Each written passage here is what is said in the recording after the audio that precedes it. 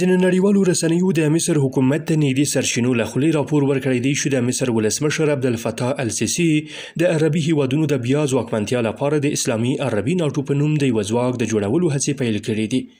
د راپورونو له مخې دا طرحه د مصر او عراق لخوا له هغې وروسته مطرح شوې چې اسرائیلو پر دوحې هوایي برید وکړ. مصر او قطر تر دې مخکې له امریکا سره یو ځای په غزه کې د جګړې د درولو هڅې کولې چې پر وړاندې یې ځینو عربي هیوادونو بېلابېل غبرګونونه څرګند کړي وو.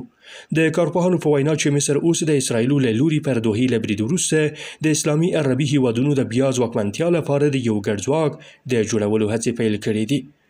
دا په داسې حال کې دی چې د اسلامي همکاریو سازمان او عربي هیوادونو په چوکاټ کې د شاوخوا شپېتو هیوادونو د مشرانو بیړنۍ غونډه په دوحه کې ترسره او د یوې توندې او غبرګوني پای ویناپاڼې په خپرولو سره پای ته ورسېده.